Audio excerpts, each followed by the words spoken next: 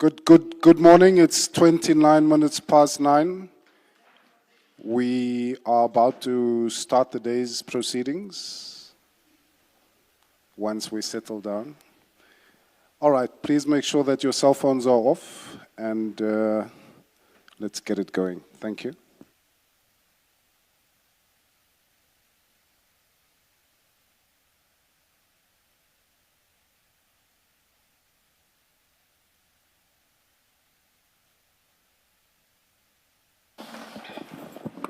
Good morning, Mr. Chairperson.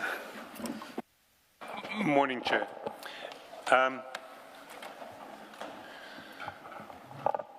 Chair,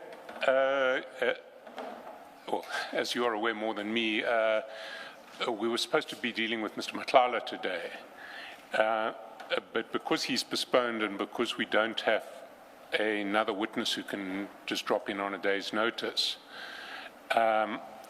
we've decided to use today to deal with evidence flowing from the WhatsApp chats of the late Mr. Msibi. So I'll be presenting some evidence extracted on the WhatsApps extracted from the late Mr. Msibi's phone. And some of it speaks for itself, some of it I'll be suggesting some inferences which other witnesses may have to clarify or refute. I would ask the Commission to bear with me a little today because this has been prepared on relatively short notice, so it may not flow as smoothly as might otherwise be the case. But let's kick off. And the first issue that I want to address is a project that seems to involve at different stages Mr. Msibi, Mr. Katiso Molefi, and Mr. Stephen Motsumi, involved in dealing in grabbers. Grabbers are technology that enable you to eavesdrop on cell phones and to extract information from cell phones. And the starting point for this topic is Mr. Nkosi's chats, Sergeant Nkosi's chats. And if we can go to page 116 of the bundle, and there we see extracted from Sergeant Nkosi's phone extracts from a chat with someone whom he describes as Sean Jacobs, or whom he has saved as Sean Jacobs, phone expert, but I think that is a typo. It should be phone expert. And at chat number 4 on the 20th of January 2023, the person who we will call Sean Jacobs, because that's what Sergeant Nkosi calls him, writes to Sergeant Nkosi, "Hello, Fani, please give me a call when you have a moment. I want to know if the Swazi deal is still on the table."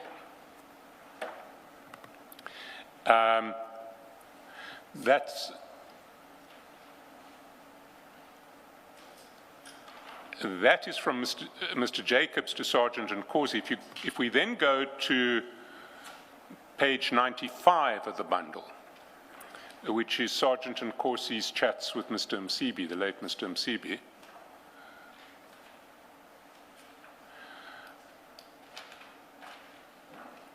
we see in chat number 1 that Sergeant Nkosi, after receiving the message from Mr. Jacobs, forwards a screenshot of that message to Mr.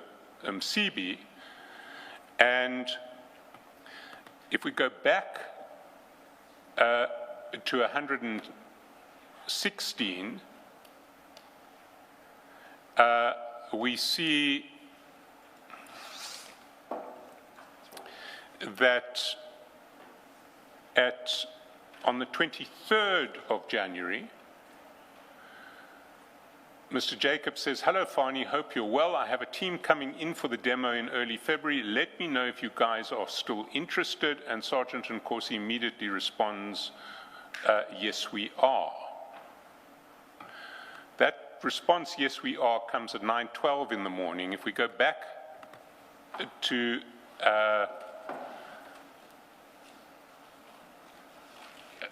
page 95, we see that Mr. Msibi tells Sergeant Nkosi in relation to the earlier screenshot of is the deal still on the table, he says it's on the table, but they have to display. We don't want to become fools.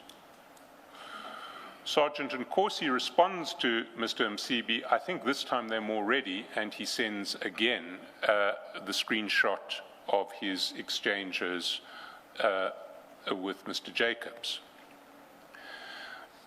If we then go back to page 116, we see on 27 January, hello, Fani, hope you're well, says Mr. Jacobs. We're available 9 to 11th February to do a demo for your team. And that too gets forwarded on page 95 from Sergeant Nkosi to Mr. Msibi. That's at 1:27 p.m. on the 27th of January. Zigzagging again back to page 117, and there are a series of chats from the 30th of January at the top of page 117 about arranging the demo. Mr. Jacobs says, hi, Fani, please confirm the dates you're available for the demo above. As mentioned, I'll be in Johannesburg from 9 to 11 February. I have the 9th or 11th available. Demo will be at the Irene Country Lodge. Mr. Sergeant Nkosi says, morning, I'm confirming at 12:30. Mr. Jacobs sends emojis indicating thanks. On the 31st, he hasn't had his confirmation. He says, morning, Fani, can we... he has had his confirmation, because morning, I'm confirming at 12:30 means we will do it at 12:30. Mr. Jacobs the next day says, good morning, Fani, can we please move our session to 12:30 on Thursday, as we have another team from 9 to 12. Please advise if this is okay. I don't want to create unnecessary issues for the different teams. Sergeant Nkosi says, okay, let me confirm with them. I will call you in 30 minutes, and thanks, I just don't want the different teams to meet each other, explains Mr. Jacobs. And if we then go,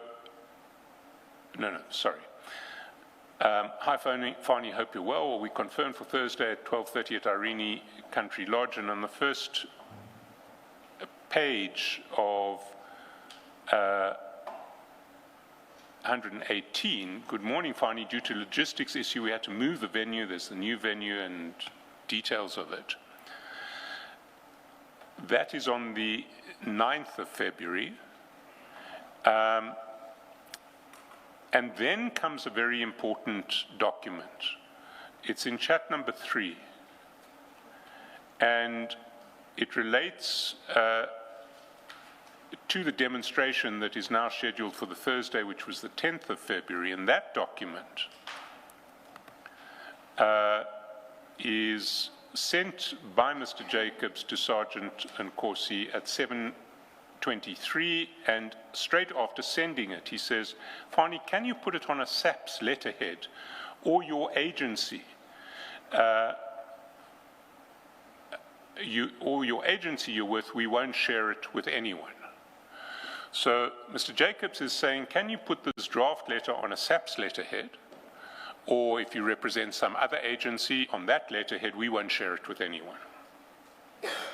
And Sergeant Nkosi says, so I'm signing and then I'll put a stamp. Now, if we go to that document, it is at page 129, and it's an interesting document, the draft document, because it explains what this demonstration is all about. It is a draft that is addressed to the Ministry of Trade and Industry of the Czech Republic. And it's headed Demonstration of Dual-Use Goods in South Africa. Entity demonstrated to, place of demonstration, and it's, Sergeant Nkosi has identified the entity who's going to get the demonstration as the South African Police, Pretoria, South Africa. The demonstrating company is a Czech company called Invasys, and Invasys are a company that specialize in high-tech security hardware and software. People who are going to do the demonstration, authorized people from Invasys, are identified. It says the demonstration will take place at the above address, suggesting that it will take place at the South African Police, Pretoria, South Africa. Throughout the demonstration, the goods will be in the hands of an authorized person, authorized by the SAPS. The following goods will be demonstrated. TELUS, that's the trademark IMSI catcher, with tungsten trademark SWGSM A5/1 and Luna TM MITM mobile. Now, IMSI stands for International Mobile Subscriber Identity. So an IMSI catcher is something that catches a mobile identity. And in colloquial terms, it's a grabber. What it does is it's a surveillance device that mimics a legitimate cell phone tower, cellular tower. And it tricks nearby mobile phones to connect with it rather than the cell phone tower. And then you can download what is on the communications from the mobile phone that are connected to your grabber as opposed to the nearby cell phone tower. If we go to page 128, and this is from the Invasys webpage, and it's Invasys advertising its solutions. And if you look under Invasys Mobile 360 trademark, it says the mobile phone is today's primary data access point. How to best access its information is a technical question. Our solutions, TELUS, Luna, Tungsten, all with trademarks, enable you to do it in any way necessary, ground-based, maritime, or airborne. So Invasys is advertising its capacity to intercept mobile phone communications from the ground, from the sea, from the air. And if we go back... Before we go back, I thought you were going to show us where Sergeant Nkosi signs and stamps. Okay. He does in due course sign, but if we go back, it's quite clear in this context that the Czech Republic, having a sense of responsibility in relation to this technology, will not let its companies sell it to anyone they want. It can only be sold to authorized representatives, presumably not just of foreign states, but also of foreign states with whom the Czech Republic is happy to share this sort of technology. If we go back first to the chats with Mr. Msibi on page 97, we see Sergeant Nkosi shares that draft letter immediately with Mr. Msibi. That's at 8:37 p.m., chat number 2. That's the draft. Mr. Msibi responds to him, that's okay.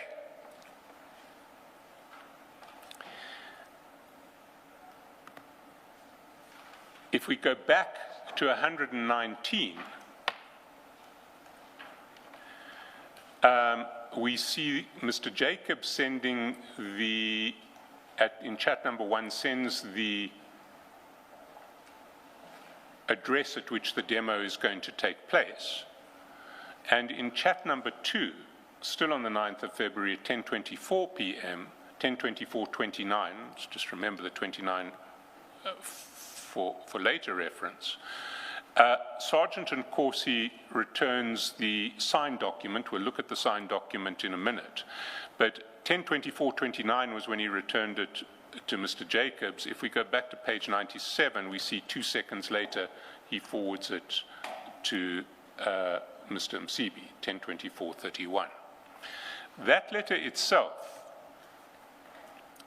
appears at page 130.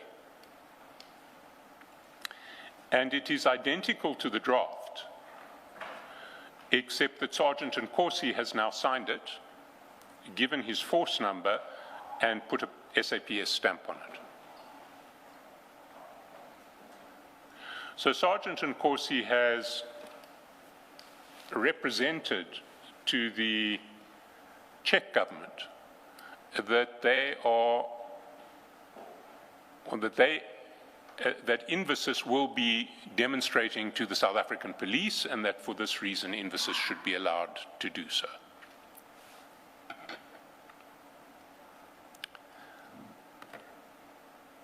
If we go back to page 119, chat number 3, on the morning of the 10th, at 7 o'clock, Mr. Jacobs says, "Good morning, Fani. Thank you for the letter. I've sent it to the team. Let me know when you'll send the driver. Thanks." Sergeant Nkosi replies, "Driver's on the way." At 8 o'clock, "Hi, Fani, we're ready. Are your guys close?" And then at 1:11 the next day, "Hello, Fani. Thank you again to you and your team looking after us yesterday. Let me know if Ubaba is happy and I will drive the process from my side now." Sergeant Nkosi's response is, "Morning. We're on our way to the kingdom as we speak. I'm calling you tomorrow late." Now, the kingdom to which Sergeant Nkosi is referring is the kingdom of Eswatini. And what will emerge is that Mr. Msibi, Sergeant Nkosi, and quite possibly Mr. Motsumi and Mr. Molefe, will get to them later, have a plan to sell grabber technology to the kingdom of Eswatini.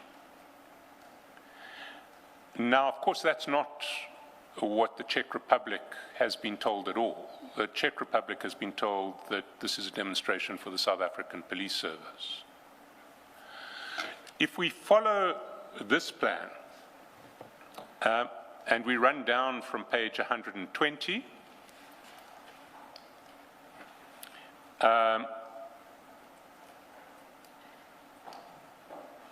chat 1, Mr. Jacobs says, "Thank you, sir, I'll be available for you." Chat 2, Sergeant Nkosi is responding to that earlier message, which is, "Let me know if Ubaba is happy," and he says, yes, he's happy. And then the process continues. If one goes to page 121,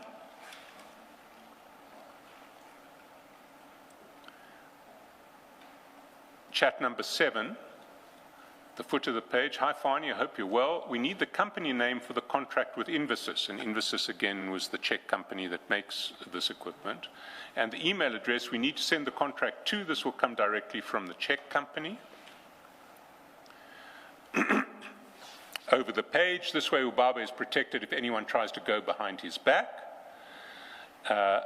"Hello, Fani, hope all is well. I'm still waiting on the info for Ubaba's company and email details." Sergeant Nkosi responds, "Sharp, I'm sending." "Hello, Fani, hope you're well. Are we still on track?" And this is now the 7th of March, and Sergeant Nkosi says, "Yes, tomorrow morning the king is having a final meeting with the old man." And that presumably would be the king of Eswatini. And Mr. Jacobs says, "Okay, great, thanks." Cousin, maybe for the record, if we could relate this message, the king is meeting with the old man, to we are on our way to Swaziland. How do they relate in terms of dates? So the Well, it wasn't we're on our way to Swaziland, it was we're on our way to the kingdom. That was the 11th of February. This is now the 7th of March. So the visit may not have been the same visit.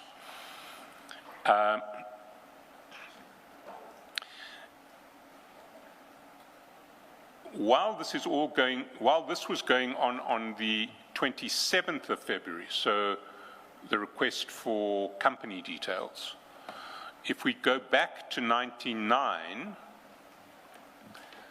we see at chat number 3 on page 99 that Sergeant Nkosi has sent a screenshot to Mr. Msibi of Mr. Jacobs's request for company details.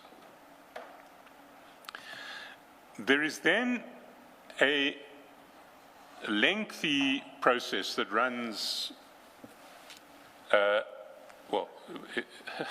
it's concentrated in March, but then it starts dribbling out all the way through the rest of 2023. Starting at the top of 123 on the 14th of March. Hi, Fani, my friend, hope you're well. Do you have any updates? And the response of Sergeant Nkosi is, old man is coming back tomorrow morning from Swaziland. I'm sure we're going to move forward from tomorrow. We'll call you when I'm with him. The next day, at 5 p.m., Mr. Jacobs sends Sergeant Nkosi a link, which is no longer active, but reading the link and the message that follows. It is an automated Adobe document which will generate the contract that Infosys once signed. So it is a link to an Infosys site or an Infosys directory at Adobe, and it's a document that needs an e-signature.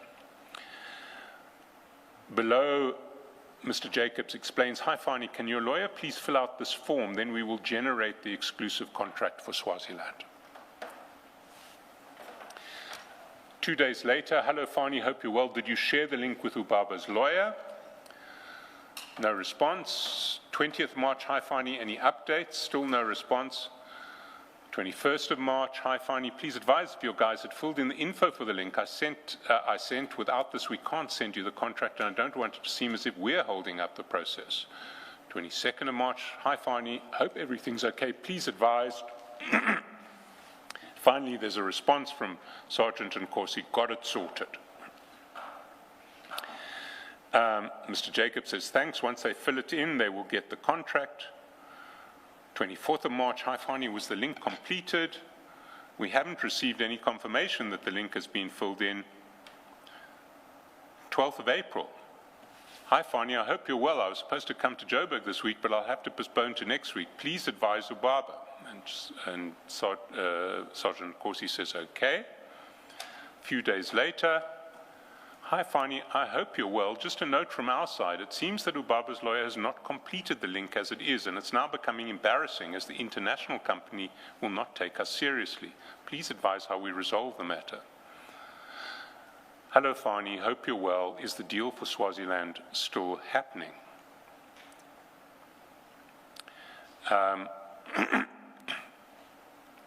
What then happens is that Sergeant Nkosi sends a contact card. All of this is now the 23rd of May for Mr. Jacobs to contact Mr. Msibi directly. Nothing then happens between the 8th of May and the 23rd of May and the 18th of August. Mr. Jacobs is still trying on the 18th of August. Hello, Fani, hope you're well. Did you forget about me? And he says, and Sergeant Nkosi responds, lol, no, I was speaking to Zweli yesterday. They spoke to the old man as well. We're hoping next month we would be winning. That's good news. Our team is ready. On and on it goes. Top of 126, hi Fani, hope you're well. Please call me urgently, and our people are being contacted by Swaziland, and we need to move quickly or we will lose this deal. Now, it seems that the deal was lost because if one goes to page 112, one sees that on the 17th of October, Sergeant Nkosi forwards to Mr. Msibi a message that seems to come from a partner of Sean. My brother, I'm really disappointed. It's 111, sorry, 111, chat 4. Foot of 111, but not 112, sorry.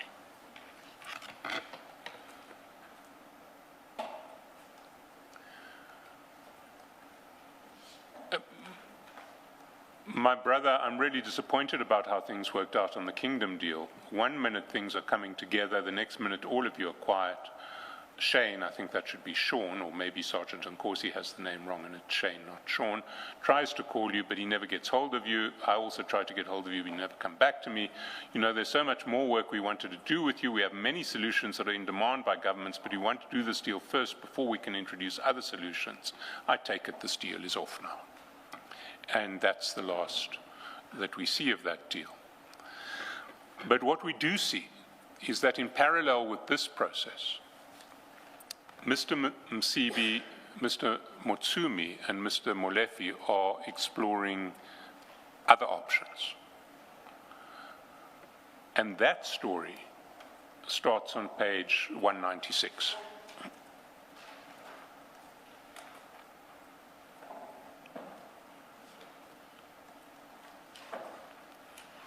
Before we get to the news story, what are we to make of Sergeant Nkosi signing documents on behalf of SAPS and purporting to represent SAPS in future agreements with either it's an international organization or international suppliers? What inference are we to draw? Well, I think the inference is that that's an out-and-out fraud, but it's a fraud to which everyone involved in that project is party.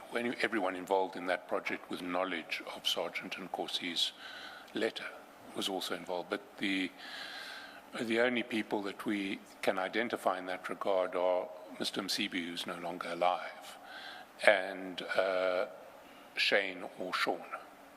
We don't know who else was aware of this. We don't even know whether the Czech company were aware of who they were dealing with.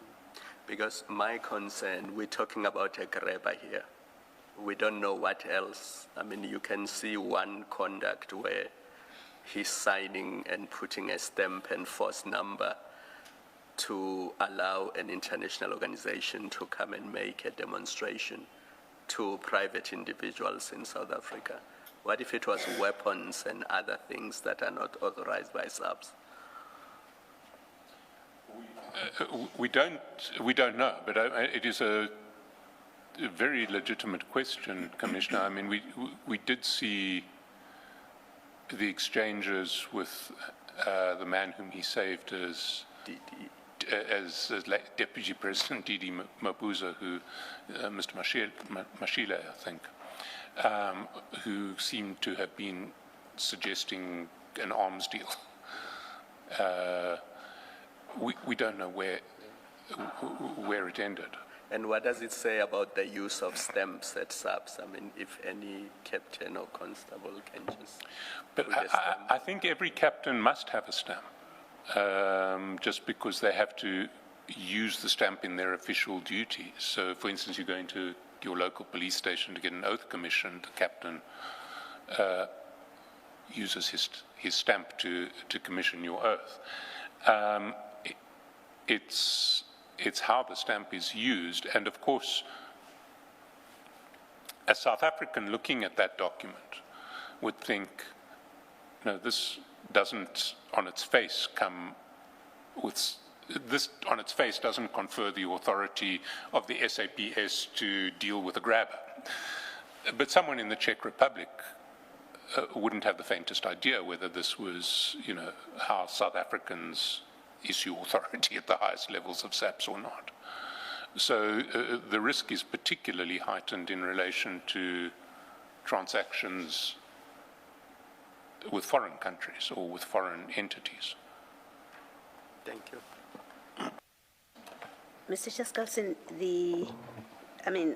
this conduct by Sergeant Nkosi that you're discussing with Commissioner Kumalo, specifically the letter and the stamping on the face of it, is obviously prosecutable. That's why you refer to it as fraudulent conduct.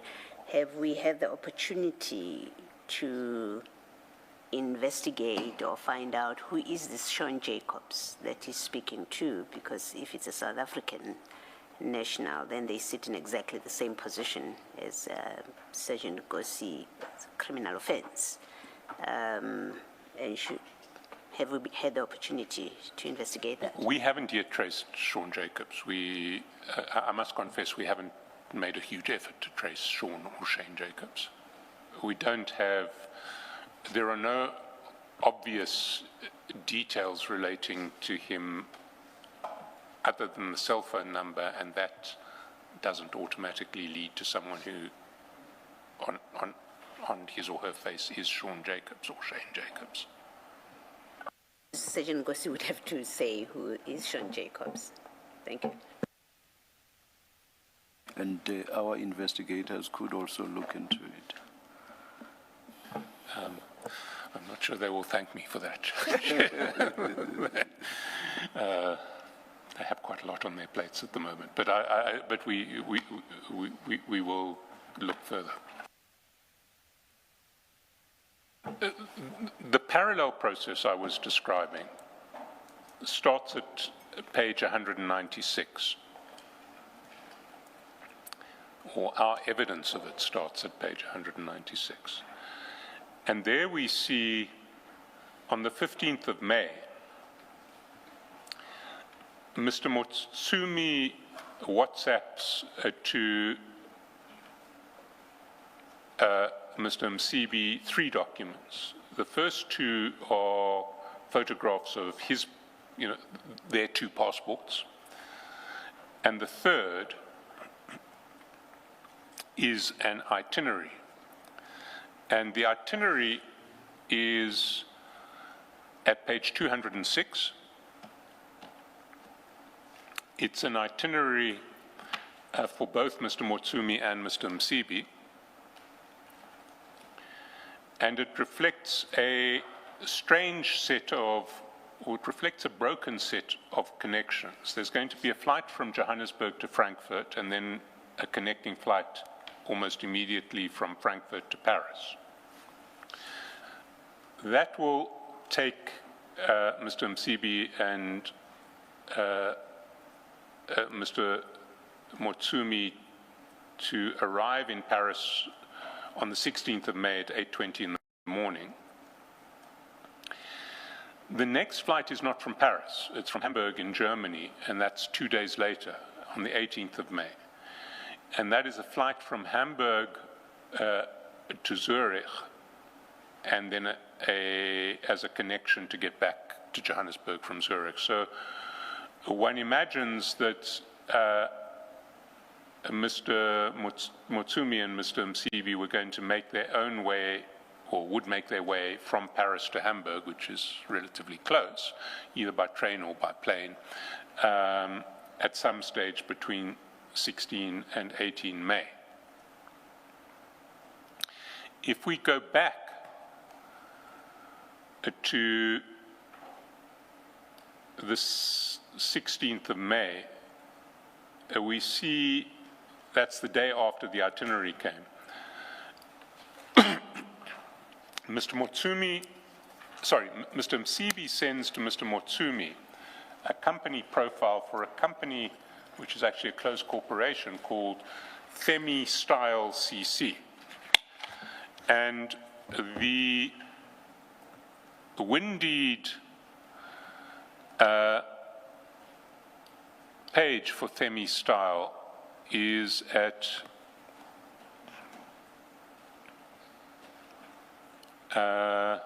page 347. And we see from 347 that the only director of Themi Style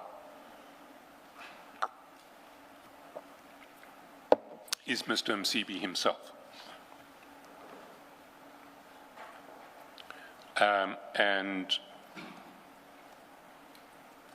according to the history of the reflected on the Windeed search, there's never been any other, sorry, it's a CC, the only member. He has always been a member, and then after the conversion into PTY Limited, the sole director. So he was the sole member, then the sole director. If we go back to the profile of Themi Staal, we see that at page 208. And that profile first reflects that the directors of Themi Staal are both Mr. Msibi and Mr. Molefe, not Mr. Motsumi, but Mr. Molefe. That doesn't appear to be correct, at least not in terms of the CRPC records. CRPC records just reflect Mr. Msibi, but Mr. Molefe's appearance on this document is significant in its own right. Then it says the company vision to be the #1 trusted intelligence security services provider in Southern Africa and beyond. Its mission, over the page, to provide security services through protecting clients' valuable assets through preventative protection services, private detectives and investigators, consulting, technical surveillance, digital polygraph, and covert operations. There are certain core values set out, including integrity and professionalism. And then the background. Themi Staal is a security consultant company whose primary objective is to offer technical support, advice, training, report compilation, and procurement of needed security systems. We ensure that state-owned assets are up to date with the latest security systems, tools, trends, and technology. We further identify and eradicate potential security threats and act as an agent who shall be capable of negotiating and entering into agreements on behalf of companies. Over the page, there are certain services that Themi Staal advertises: improved security management, improved risk management, provide secure security systems, provide cross-border security detail, specialist security training, improve on reported security test results, analyze security systems and measures, improve design, implement and monitor all security protocols, policies, and procedures. So Themi Staal is presenting itself as a state-of-the-art high-tech security company with surveillance capacity, and as a company that provides services to the state. We ensure that state-owned assets are up to date with the latest security systems, tools, trends, and technology.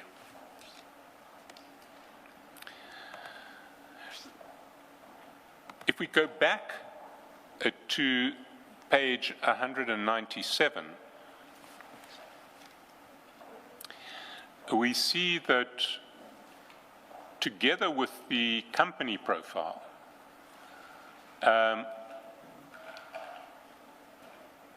Mr. Msibi forwards to Mr. Motsumi an email,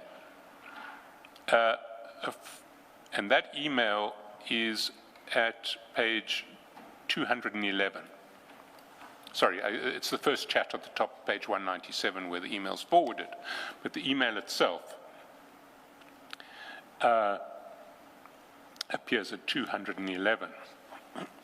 And the email is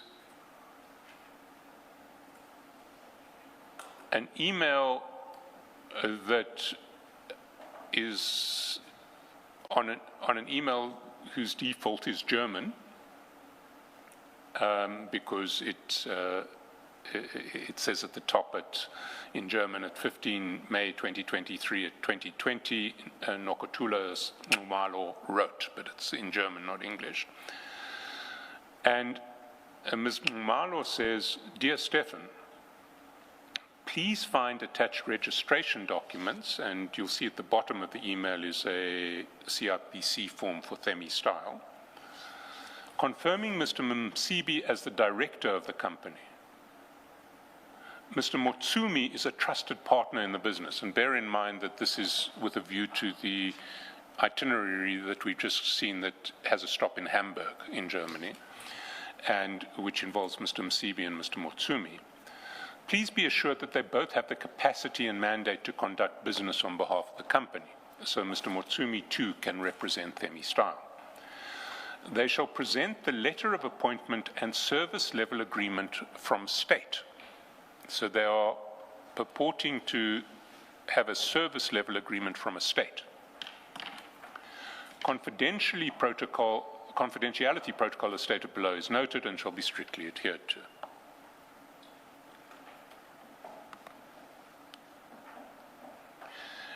Now, again, we have a situation where a European dealer, and we will look at what we suspect was being sold here. But a dealer in high-tech security surveillance equipment and the like is being told that Mr. Msibi and somebody else represent a state. There is then on the 16th of May a series of itineraries, additional itineraries and changes, none of which are of consequence for us. But the next step, and bear in mind this is 16 May where the 15, 16 May, the original itinerary related to a trip from 16th to 18th May. If we then go to page 185, we're now dealing with the chats between Mr. Molefe, not Mr. Motsumi, but Mr. Molefe and Mr. Msibi. And at page 185, we see that on the 4th of June, Mr. Molefe, in other words, that's about just over 2 weeks after the proposed return from Zurich, from Europe, Hamburg via Zurich. Mr. Molefe forwards to Mr. Msibi in chat number 5 a quotation. And that quotation we see at page 193.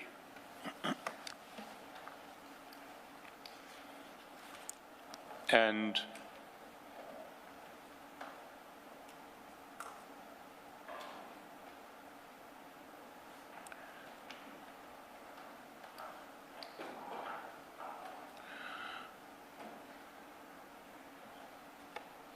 the quotation has a number.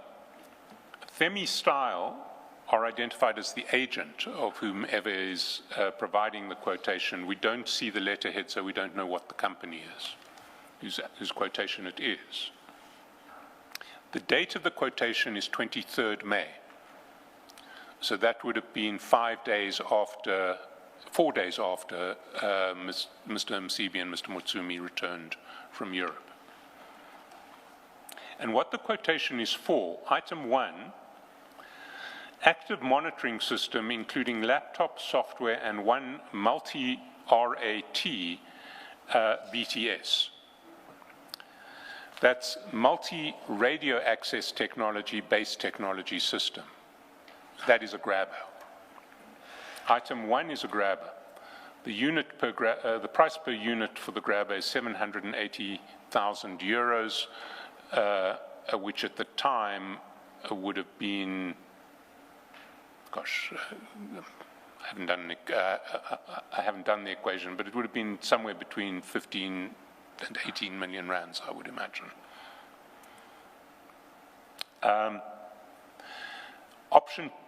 Optional, 2 multi-rat BTSs.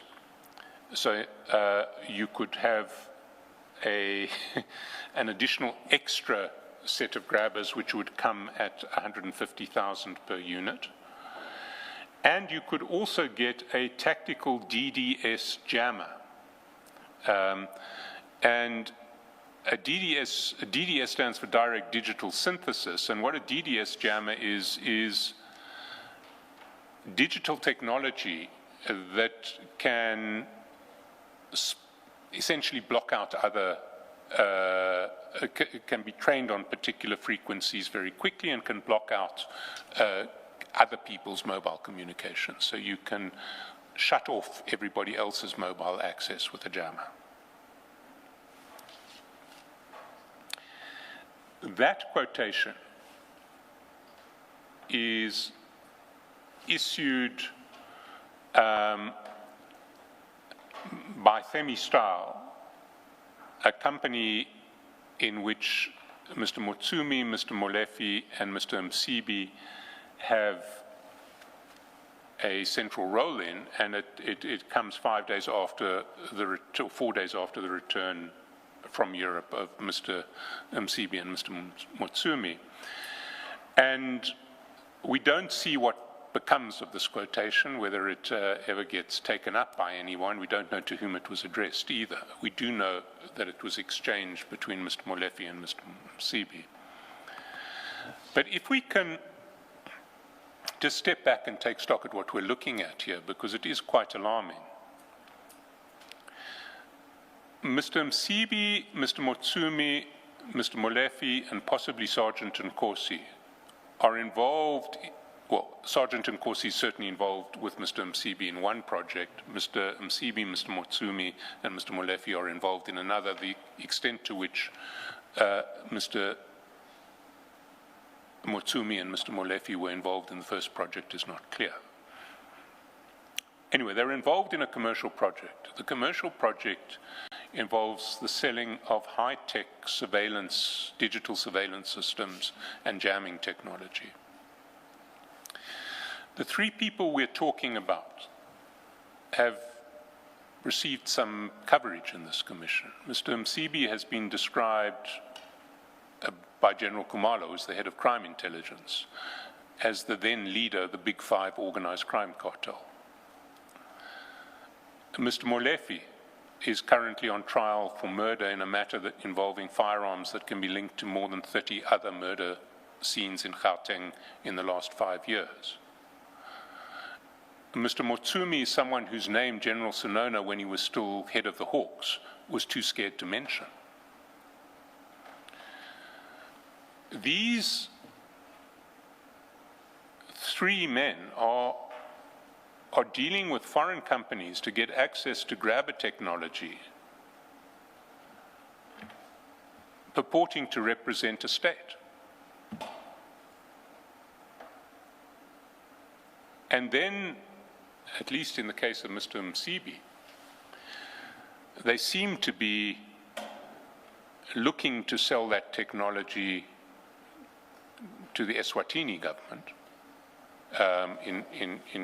in that first episode, the first case that we saw. Whether or they didn't manage, it seems, in that case, to sell to the Eswatini government, they may well have managed in this case. We just don't know.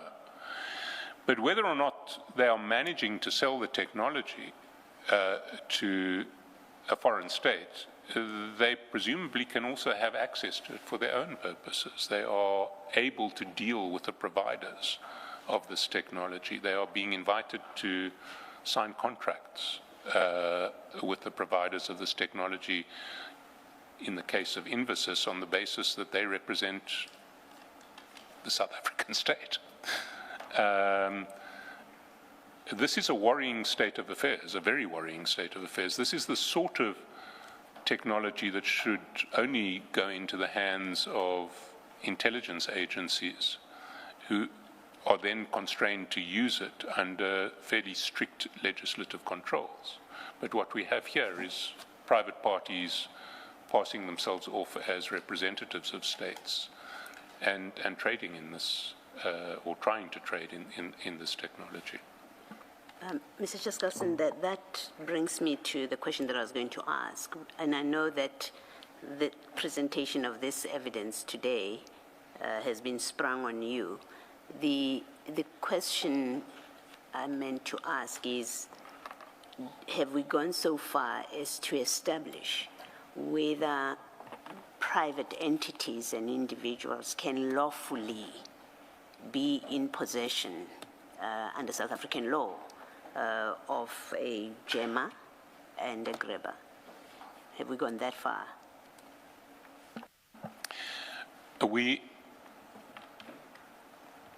A jammer I can't speak to. A grabber, I can say with some confidence, is not something that any private entity ought lawfully to be entitled to use, because digital surveillance, interception of communications, which is what a grabber is for, is something regulated by statute, which requires judicial warrant. And judicial warrants are not given to private parties to intercept communications. Are we able to get that on affidavit from a witness who's part of the government or intelligence agencies? I will look into it, and we will, one way or another, we will establish this point. It may be a simple issue of law having regard to the interception. I think it's called the Interception of Communications Act. But I'm concerned about the types, because it may be that some are regulated and therefore members of the public are not or should not be able to access them. But some devices may be allowed for use by private entities, mobile companies, and other people. So if we can just get that clarity from somebody who has knowledge of these kinds of things, to avoid having to burden you with the answers. No, we will certainly get an expert in the field to explain this all to us. We don't want to force you to do research and give us answers. If an expert is able to provide us with an affidavit, then I think that should suffice. We will ensure that it's done.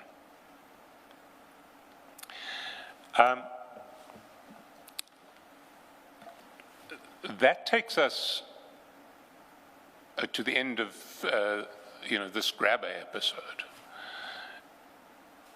The next. Before you go to the next, I know you're not a witness, and you're not an expert in this. I'm trying to wrap my head around a gemma as against a grabber. I think I've understood how a grabber would work. A gemma would do what? Would at least block communications.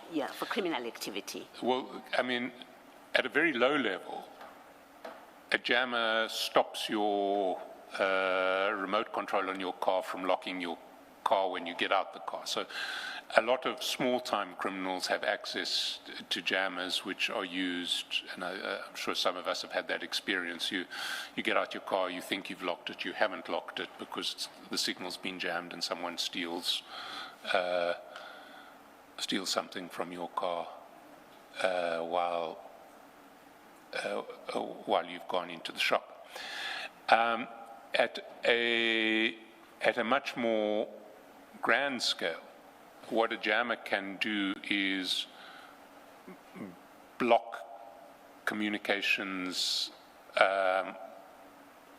can stop people communicating on their cell phones. It essentially can block communication that depends on operating at particular frequencies. It could block law enforcement from listening in. Certainly on, yeah. Thank you.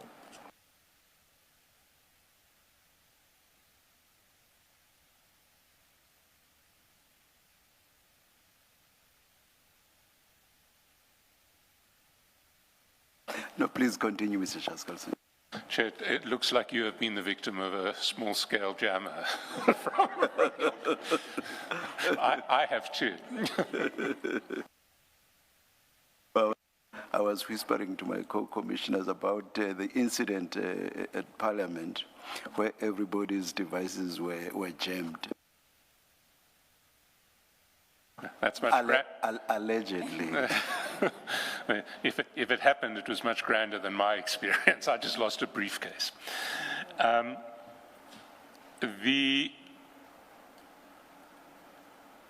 The next topic that I want to move to is actually a series of topics, but what was extraordinary about this phone was it drew connections between topics that we've been looking at in this commission that seemed completely self-contained and unrelated to one another. And Mr. Msibi was often, well, crossing over in relation to people involved in one aspect of our investigation and people involved in another wholly separate one. So let's take as our start, Carnilinks, the tobacco manufacturer whom we came across in the context of General Khan's communications, who pleaded guilty to schemes essentially to defraud SARS, didn't plead guilty, admitted. They weren't ever taken to a criminal court. Admitted to schemes, fraudulent schemes to defraud SARS of tobacco taxes, and whose director, Mr. Sayed, was in close contact with General Khan and appeared to be trying to rig tenders with General Khan through the COVID period. If we go to page 5, we see communications between another director of Carnilinks, Mr. Kyle Phillips, and Mr. Msibi. And we see a connection between Carnilinks and Mr. Msibi. And what we see in these chats, we see a number of things, but essentially what we see is that when Carnilinks gets robbed, they call up Mr. Msibi to sort it all out and find out who's robbed them and get their stock back. And if we go to page 5, we see that on the 26th of February, Mr. Phillips writes to Mr. Msibi, "Hey, Papa Joe, thanks for sorting out. Just tell us where to collect, but please ask if they can recover the firearms as well." So in this theft, which we will see, is a theft of stock. Firearms seem to have been... Papa Joe is who? Mr. Msibi. Jotham Msibi. And from chats 3 to 6 at page 5,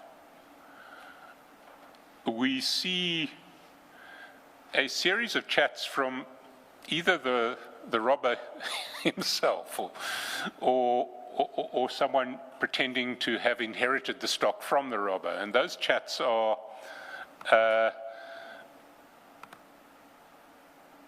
hang on, unfortunately I've lost my reference. So those chats get increasingly desperate now that the robber understands that Mr. Msibi is onto the job. So they start at page 22.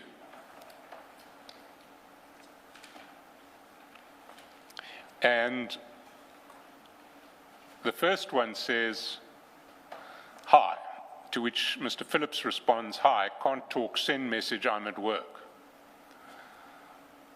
"It's me, Ali, I want to talk to you, brother, I want to give back that stock, I want to talk to you, call me, I made a mistake to buy that stock. I just want to ask, there's one of my friends, can I give him that stock so that he can give you?" Then on the following page, the chats continue. Same chat, "I want to be sure if he speaks to boss that I'll give him. Please, brother, talk, brother, say something. What must I do? You're not saying anything." Then there are a couple of missed calls. "Talk to me only for a minute." And the response is, "Send the stock at our factory." just talk to me on call, please, for 1 minute. So whoever Ali is, whether he's the robber or the purchaser from the robbers or somehow otherwise linked to the stock and the robbery, he is desperately wanting to make it better. If we go back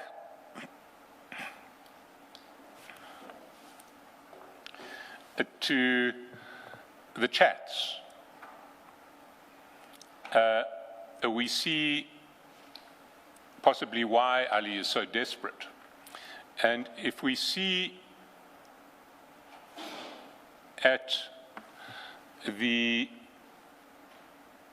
chat number 2, Mr. Phillips says, "Hey, Papa Joe, the guy's been contacting my guys. I said they must deal with you if you don't mind. Thank you for all your help." And Mr. Msibi responds, "Hi, Kyle. He spoke to me yesterday at night. He told me the cigar is on your street next to your factory, but he promised to come. I'm also waiting. It's okay as long as he brings back the stuff." Yes, his name is Ali. That's the name he gave me. And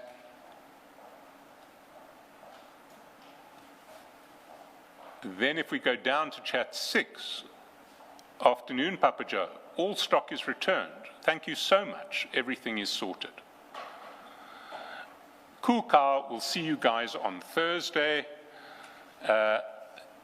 And Phillips responds, "We're now on the 1st of March. You're the man." And Mr. Msibi says, "Cool. We'll not stand out when you guys have got this problem. We'll try to assist where I can." So Mr. Msibi is saying, when you've got this sort of problem in the future, I'm here to help you. We go all the way down to page 11, and we're now on the 6th of June. And Mr. Phillips in chat number 2 says to Mr. Msibi, "Papa Joe, I'm so sorry. I think I had one vodka too many last night. Myself and Adriano would be Adriano Mazzotti, who is actually the deponent to the affidavit that was flighted in relation to the agreement with SARS. Mr. Mazzotti is the, I think, the CEO of Carney Links. He's certainly the leader of Carney Links. Have spoken quite a bit about sorting you as a thank you for getting that stock back. But I did not want to interfere with your mourning process and worry you with trivial money issues, so please don't take it as any disrespect or discounting our friendship. So this week, we'll come and have a drink and square up with you. Thanks for everything, my brother." If we go down to 3 August, it seems that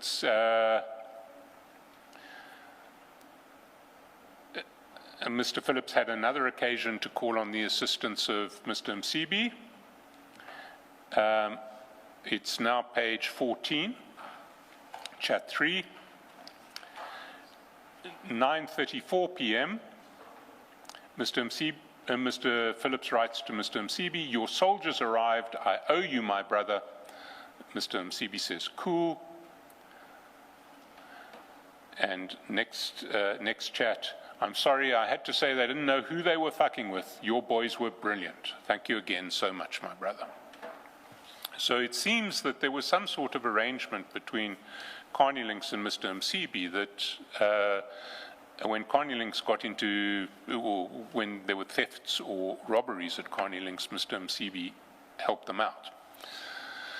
There is a curious exchange on the 22nd of October. It's at page 16. And I must confess, but because this was sprung on us on such short notice, we don't have the complete explanation of this exchange. We will look into it and come back to you. But if we go to chat 5, Mr. Phillips says to Mr. Msibi, "How are you, my brother? Do you know anybody wanting red water with capital R and capital W, 25-litre drums?" Now, we've been given a whole range of possibilities as to what red water may refer to. the one most likely possibility, and I'm not saying that it is, but the most likely possibility is water used by zamazamas, water with mercury in it that is used by zamazamas in part of the artisanal gold refining process. But it may well not. There may be an innocent explanation for red water. We might ask Mr. Phillips. How are you, my brother? You know anybody wanting red water, 25-litre drums? Mr. Msibi responds, hi, my brother, I'm out of South Africa. On our side, we're strong. In other words, we don't need red water. But we'll check who might take. Have a great one, my brother. And then later on, no stress, my brother, looks like it was sold. So the red water seems to have found a buyer. Then, if we go down to 21, we see another request for assistance from Mr. Msibi in relation to an armed robbery. Morning, Papa Joe. Brother, I need your help. That same guy, Ali, arranged an armed robbery at our other factory, or at Wadeville. The security guards were in on it. Obviously, my people are now hunting high and low, but I know that one call from you will sort everything out. Please, will you help me out again with this? Love and regards, Kyle. Now, those are the chats between Mr. Phillips and Mr. Msibi that I wanted to refer to, but what struck us as significant in this regard is we had seen no links whatsoever between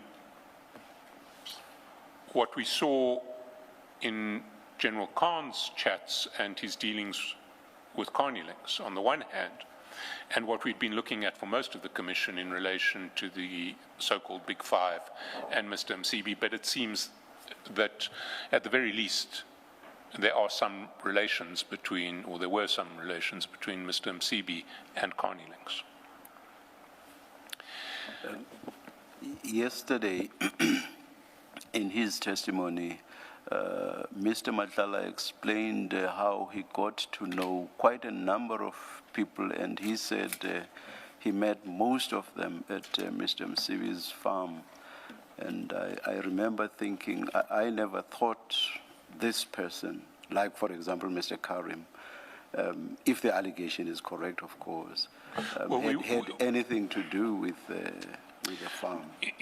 Quite a number of people. Indeed, we will get to, there are a whole series of unexpected connections that we see here. Mr. Karim is one of them. His joint venture with Ziggy Investments and Transnational Coaches is dealing with Mr. Msibi.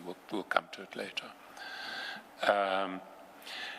But the next one is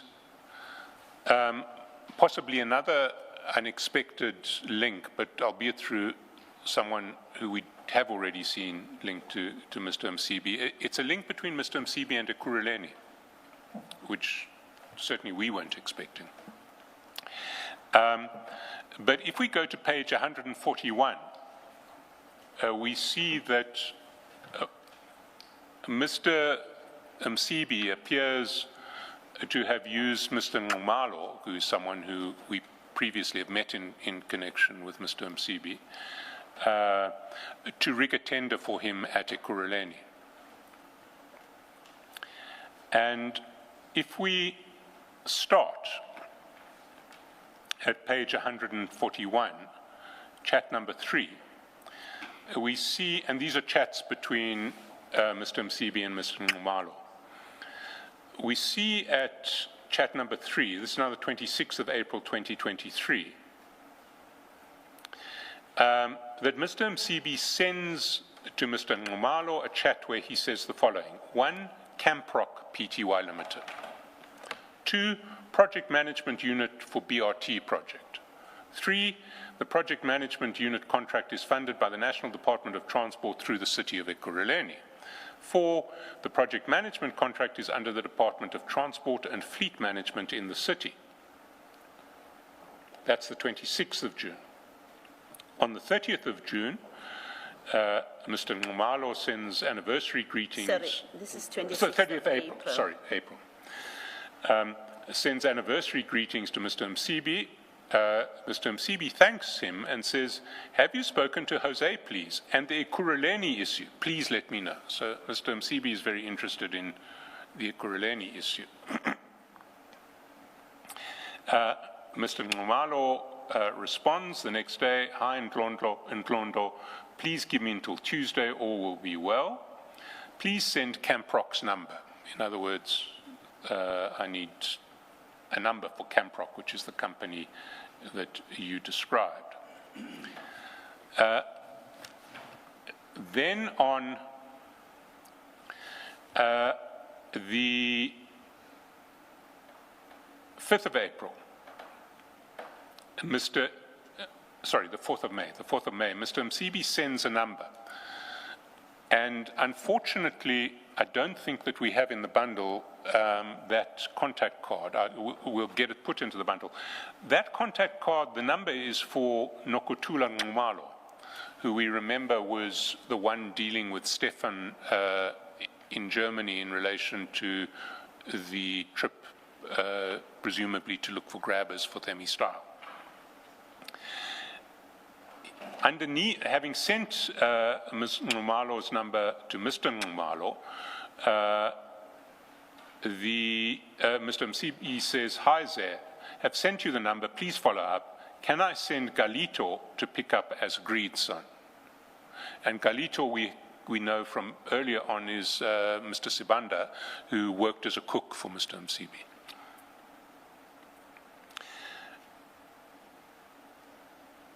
On the 29th of May, Mr. Msibi wants to be called back.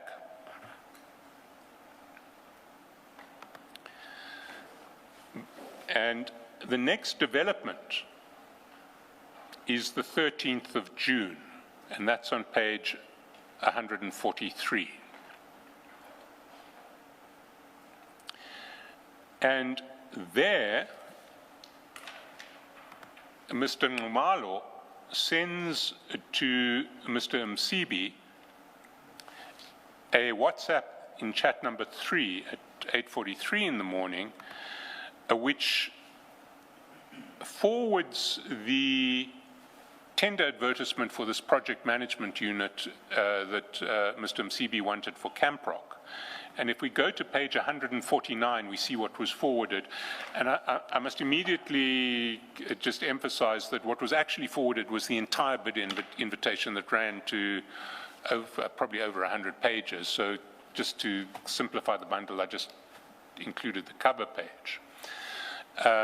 But there you see Transport and Fleet Management Department, contract number PSPT 17 of 2023, the provision of project management unit and technical services for the Department of the City of Ekurhuleni Integrated Rapid Public Transport Network from date of award until 30 June 2026. So if we go back to that opening chat in April, we see that what Mr. Msibi had said to Mr. Nxumalo is Camproc Pty Limited, project management unit for BRT project, PMU contract funded by the National Department of Transport through the City of Ekurhuleni. PMU contract is under the Department of Transport and Fleet Management in the city. So as early as April, Mr. Msibi had identified that this contract should be put out to tender by Ekurhuleni for the benefit of Camproc. If we go back to the chat from Mr. Nxumalo of the 13th of June, we see that he forwards it to Mr. Msibi with a message that he appears to have, I say he appears to have sent to someone, although we will see that he denies it. And the message says, "This one isn't a panel. Is it spoken for? I have 2 people asking." So this is a bid invitation, and someone, either Mr. Nxumalo or someone communicated with Mr. Nxumalo, is saying, is this one spoken for?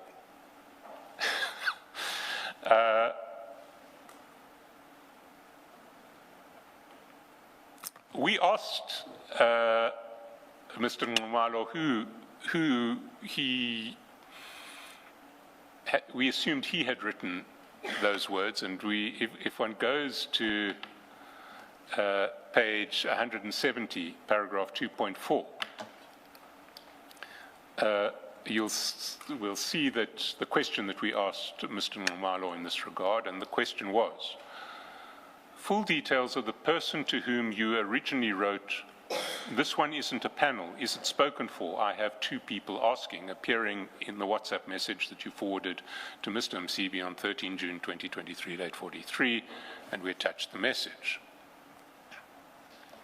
The response that we got is at page 175 and is with respect rather evasive.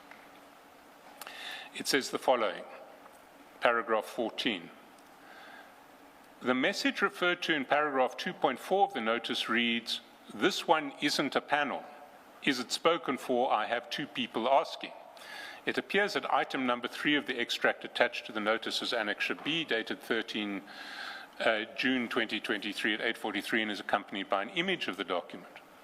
The document appears to be the bid document for contract PSPT 1723 issued by the Transport and Fleet Management Department of the City of Ekurhuleni for the provision of a project management unit and technical services for the development of the City of Ekurhuleni integrated rapid public transport network. A copy is attached here to as ZN2. Thus far, Mr. Nxumalo has told us nothing other than what we told him. I identified the contract by conducting an internet search of the contract number for the purpose of preparing the statement. I had no independent knowledge of it, he says. Well, he emailed that bid invitation to Mr. Msibi on that day. I have no recollection of the circumstances in which it came to be sent, and I'm accordingly unable to identify the person to whom the words were originally addressed or from whom I may have received them. If this message is true, if the statement is true, it is truly staggering that Mr. Nxumalo is dealing with people who send messages purporting to rig tenders on such a frequent basis that he can't remember this one. 17, I record for the Commission's assistance that item 3 of the extract is marked incoming, whereas the notice proceeds on the basis that I wrote those words and forwarded the message to the late Mr. Msibi. It was incoming for Mr. Msibi. I do not believe that this proposition is correct. If the message illustrates that it had been forwarded to the late Mr. Msibi, then it would be on the basis that I had received the message with the aforesaid question and thereafter forwarded the same to the late Mr. Msibi. So he says, well, maybe somebody else wrote those words, but I forwarded them to Mr. Msibi. Additionally, I dispute I was the author of the aforesaid message, as it's not my manner of typing. I do not use abbreviations such as PPL in the normal course. As indicated, I cannot determine with certainty who would have sent me the aforesaid message and the context in which this would have been shared with me or the late Mr. Msibi. However, given the prominent role of the late Mr. Msibi in the public transport industry, together with my involvement in brokering transactions within and for the taxi industry, I would have shared the document with him so as to inquire as whether he'd be interested in the bid. For the sake of completeness, I record I had no involvement in the bidding or award process of the aforesaid contract by the City of Ekurhuleni. So he's claiming ignorance. He can't really explain why he would have forwarded a document to Mr. Msibi that on its face assumes that tenders in Ekurhuleni are spoken for before they are awarded. Still less why he would have done so in circumstances where 2 months previously Mr. Msibi had identified that very specific contract as something he wanted him to deal with. In communication to him? In communications to him, absolutely. He also can't really explain something that happens a little later, which is page 144, chat number 2. In fairness to him, he hasn't seen these chats, so he had only his own chats to consult in his memory. But at 24 minutes past, at 24 October, chat number 2, Mr. Nxumalo notifies Mr. Msibi that PMU, that's the Project Management Unit tender, has been submitted for this week's BEC. Department has confirmed. So he's following that tender and knows that it's gone to the BEC. And lo and behold, If we find out where the tender was awarded, we go to the Ekurhuleni web page of bids awarded in November 2023. That starts on page 150. And if we go down to the top of page 163, we see that the successful bidder in relation to the provision of a project management unit and technical services for the development of the City of Ekurhuleni Integrated Rapid Public Transport Network from date of award until 30 June 2026 was none other than Camproc Pty Limited, who had been nominated by Mr. Msibi in April of that year.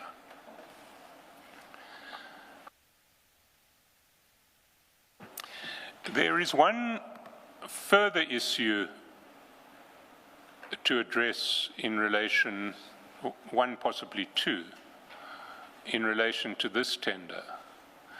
It's a chat on page 143. Taskelson, who owns Camproc?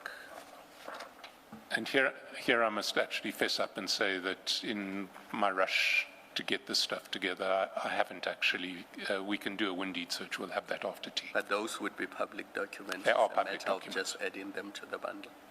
It's a Sorry, matter of just adding them to the bundle. indeed, we will do so.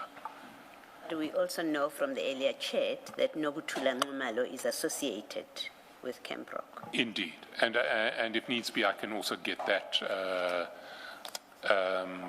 contact card printed out over the tea break. Can I ask that we, in that respect, that we actually take an extended tea break just for me to attend to these logistical issues? We're scrambling a little bit, and we're certainly not going to run beyond lunch today, so it's not like we will lose time by that. Also adjourn now, or We could adjourn now because I'm going on to a slightly related but. okay. So when you say extended, would 11:30 When we- be fine, or do you want later than 11:30? I think 11:30 would be fine. 11:30. All right. Let's adjourn and resume at 11:30.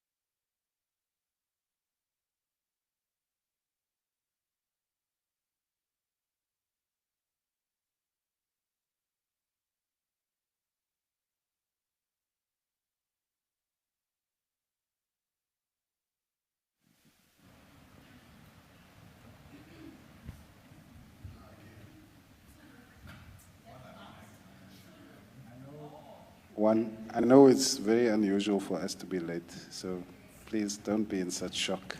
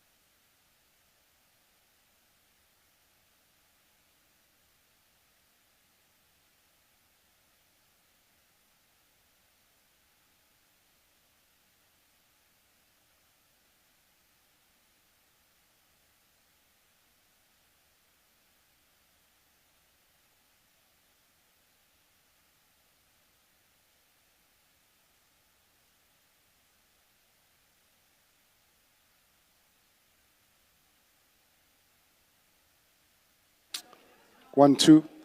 All right, it's 11:44. We are ready to resume. Please make sure that your devices are off. And again, apologies for the slight delay. Thank you.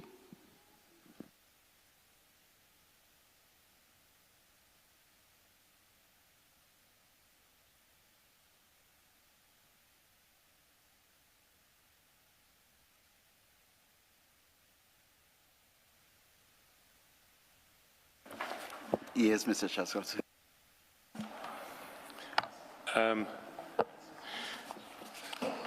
Chair, first of all, apologies for the delay, but we have found some supplementary documents, and the first of those is at page 365. That is the contact card that is the contact card of Mr. Malo, and it was attached to it's what was sent in chat number 2 on page 142. Are those still to be shared? Because what we have runs up to 364. Sorry, Chair, have you been given extra documents yet? Not yet, no. Oh. This exercise has been. Then I'll come back to this once someone arrives with the documents. I apologize for that. No problem. Apparently they're being copied.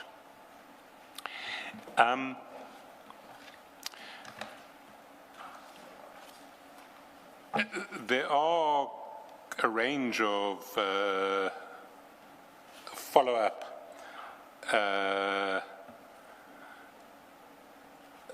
messages that are streaming in relation to grabbers, but we will. I don't think I'll try and deal with them on the fly.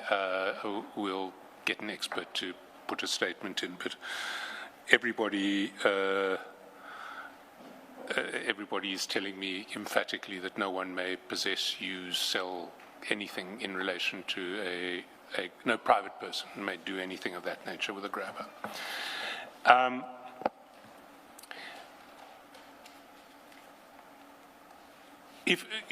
We'll pick up in due course in relation to the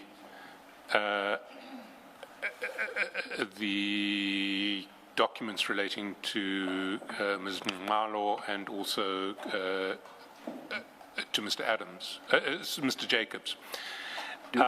Sorry, do you want to find out if those are the documents? They are indeed. So Yes. let's quickly distribute them. Have they been punched?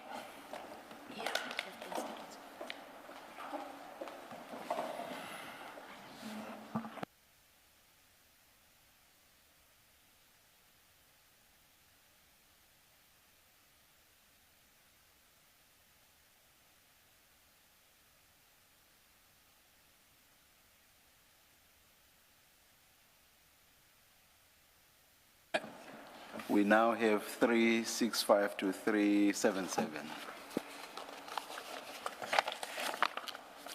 That's correct, Chair.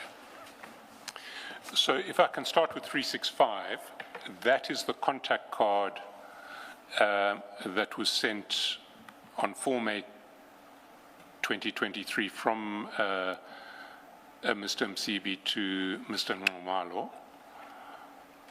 And page 142. Is it practical to flight these? Do you already have them in electronic format?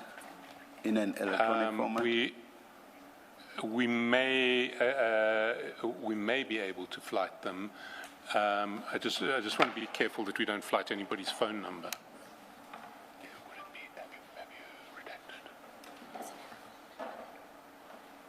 redacted? IDs, please, Mr. Chaskalson.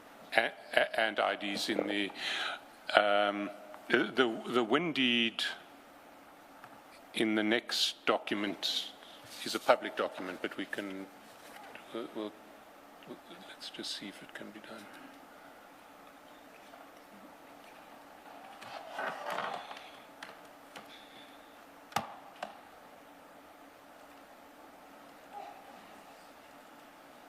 Or you could move on to something else whilst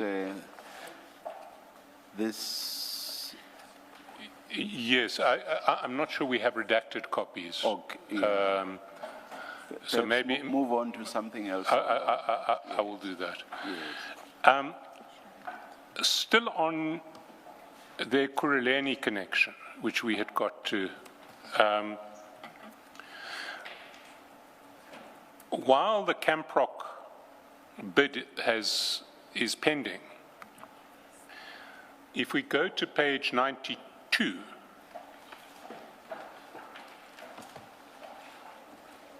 we see that at chat number 4, on 23 September 2023, and remember the bid was awarded in November and Mr. Msibi had identified it in April. On the 23rd of September, chat number 4, Mr. Motsumi sends a contact card to Mr. Msibi, and that contact card is at page 93. And again, just check that it's redacted. Okay. It's the contact card for Ms. Mashazi, who was then the city manager of Ekurhuleni and who has appeared before this commission and whose connection with Mr. Msibi was previously unknown. Having received the contact card for Mr. Msibi, for Ms. Mashazi, Mr. Msibi then on the 25th of September called her. That's at page 26.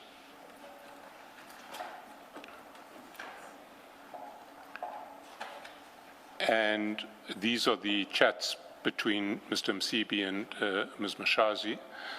And at the top of page 26, you'll see there was a call on the 25th of September at 12:53, to which Ms.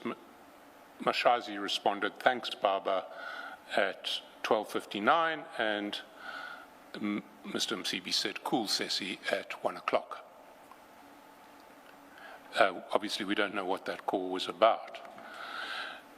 There is another issue where we were hoping to get some clarity from Mr. Nxumalo,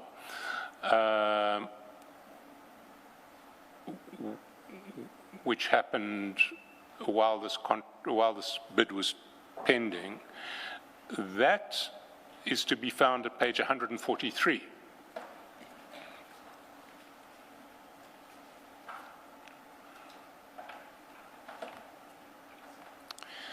And you recall that at the top of page 143, well, near the top of chat number 3, there was the message from Mr. Nxumalo to Mr. Msibi. This one isn't a panel. Is it spoken for? I have 2 people asking, and then the front page of the tender. At chat number 6, there was another message that caught our eye, because Mr. Nxumalo writes to Mr. Msibi, "Euro banks closed at 4 p.m. We've locked the trade, so she will receive 46,256 euros and 98. I'm not sure whether it's cents or centimes that are the cents for the euro. Now that's just under R1 million. We did do the exchange rate there, and it was roughly 18 rands to the euro, so this came in at just under R1 million. And Mr. Msibi responded, "You're the best, my boy." We were curious as to who was getting this payment in euros, so we asked Mr. Nxumalo, and that question is at page 170. 170. 170.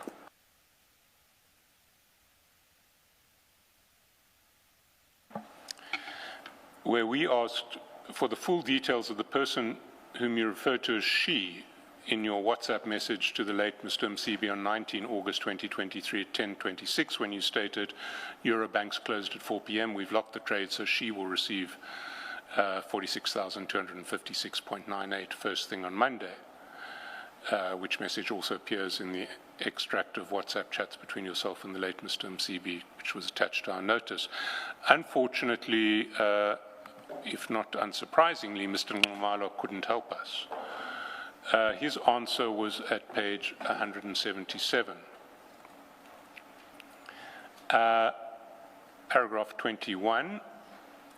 The message referred to in paragraph 2.5 reads, Eurobank's closed at 4 p.m. We've locked the trade, so she will receive 46,256.98 first thing on Monday. It appears that item 6 of the extract dated 16 August 2023 and is likewise marked incoming. I have no recollection of this message, of the trade to which it refers, or of the person referred to as she. I'm accordingly unable to furnish the details sought in paragraph 2.5 or 2.6. At best, I simply recall that the late Mr. Msibi had dealings in foreign countries, the intricate details of which, however, I have no personal knowledge. Should the Commission be in possession of further material relating to this message, including any further portion of the chat extract, I request it be furnished to me, and I undertake to supplement this statement promptly upon receiving it. Well, we haven't written back to Mr. Nxumalo yet, but he's now seen what we know in relation to this trade, and maybe it might jog his memory.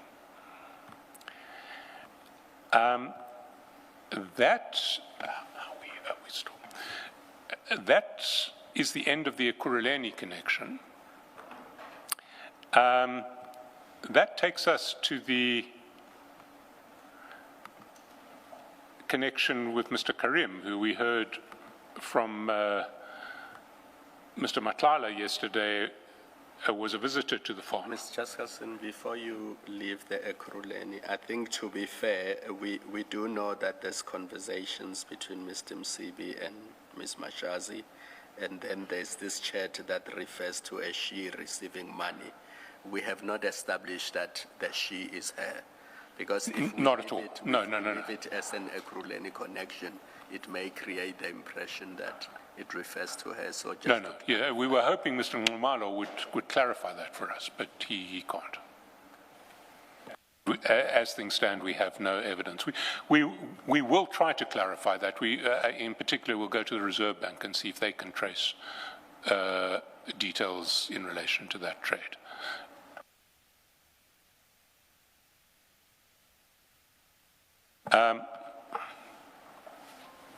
Moving then to Mr. Karim.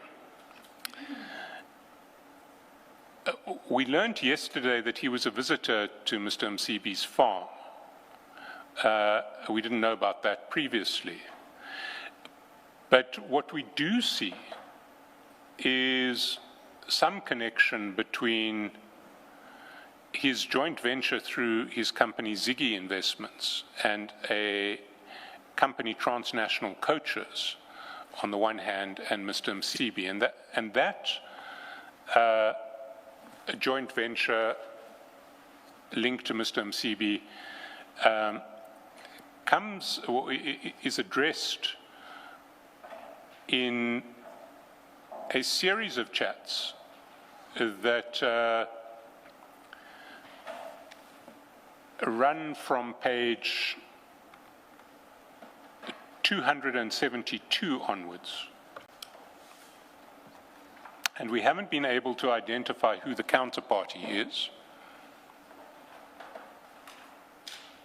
But the counterparty appears to be linked or to have contact with the Paruk family, P-A-R-U-K, who is the family that apparently controls Transnational Coaches, that was in a joint venture with Mr. Karim.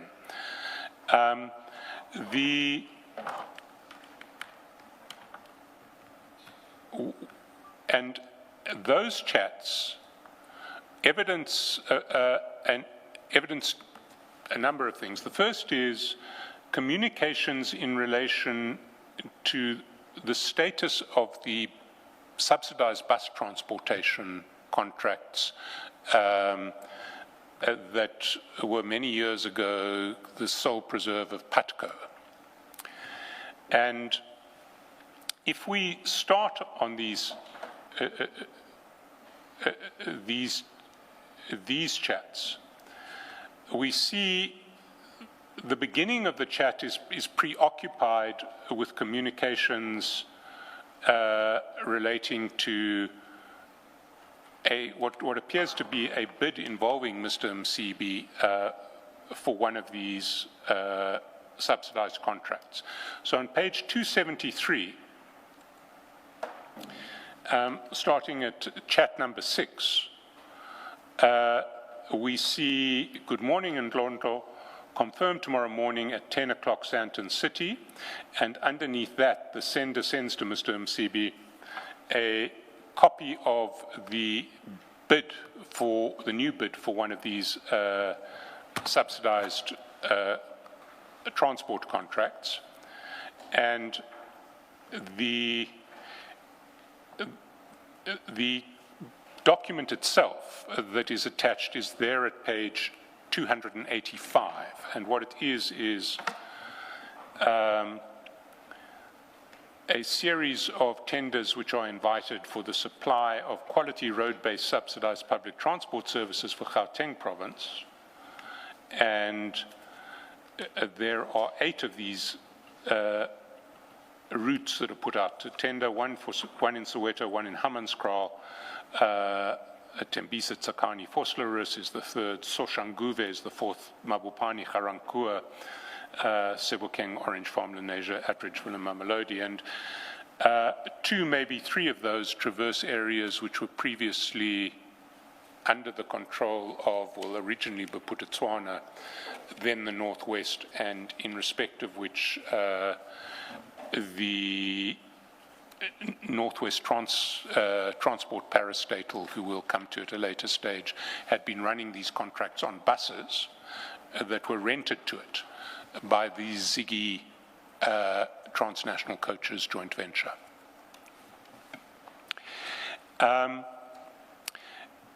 Then we see on the next page, 274, at the top of the page, Mr. Msibi sends a screenshot. Sorry, that's not at the top of the page.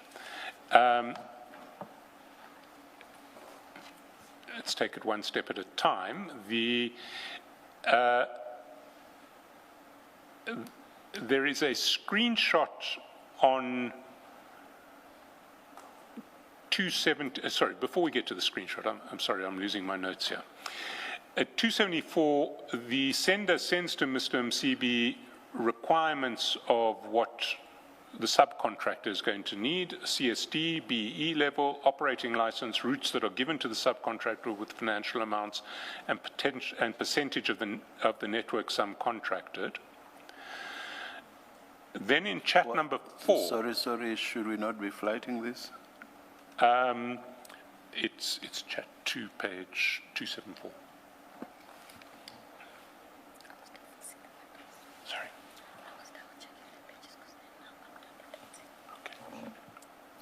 Okay. We may have, again, redaction problems, but they won't affect the next issue. So chat 2, these are the requirements that the sender forwards to Mr. Msibi: CSD, BE level, operating license, routes that will be given to the subcontractor with financial amounts, percentage of network subcontracted. Mr. Msibi then in chat number 4 sends back details of presumably the entity, his entity that's going to be the subcontractor, and that is Themi Style again, the company that we've seen previously. It is that particular image that he sends back appears at page 287.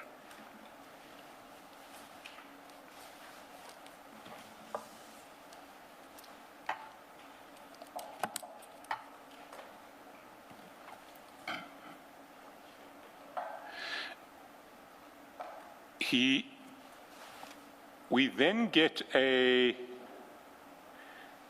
series of further exchanges, but the one that is of significance is that we get, the sender sends a message. Well, first we get details. There is a letter at the foot of page 275 that is sent. Sorry. Apologies, Chair, my notes are out completely. It's actually at the top of 275 that the letter is sent. It's chat number 1. And that is a message from the State Attorney saying that the Minister is going to abide a dispute that is before court in relation to the existing contract, because PATCO has taken the Minister to court over the decision to put the tender out afresh. And the Minister has decided to abide that. That letter we see at page 287. That's... Sorry, 288. And if we scroll further down, we see that the Minister of Transport has indicated in a written communique here to attach for ease of reference that he's withdrawn his concurrence to advertise the new tender. Our instructions are therefore that the tender and the evaluating of bids must be placed on hold. The Minister is also party to the proceedings. This is PATCO's interdict. In the light of the above instruction, we will not file our counter application. Going back to 275, the counterparty says, "Good day, and Ndlondlo. The decision of the Minister has now been officially implemented and has been made known to the public."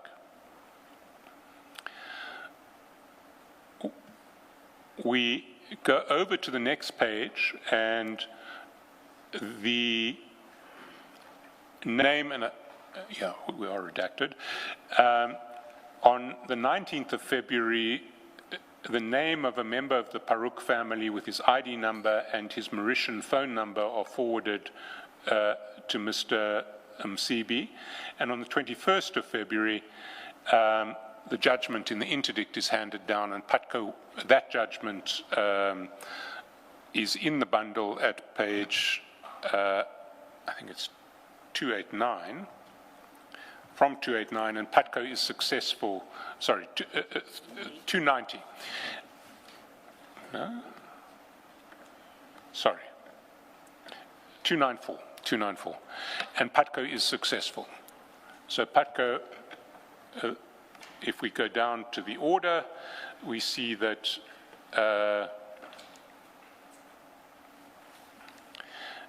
the state respondents are interdicted from taking any further action in the advancement of the impugned tender.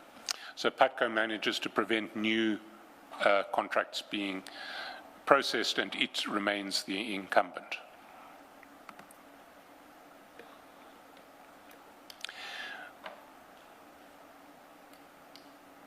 We then see the emergence of the link to Mr. Karim and Ziggy Investments, because at the top of,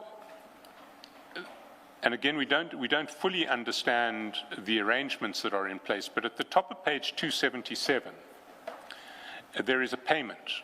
Proof of payment is sent to Mr. Msibi in chat 1.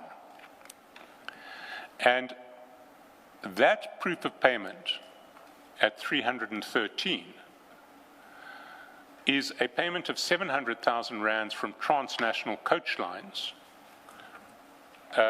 to Santaco, the South African National Taxi Association.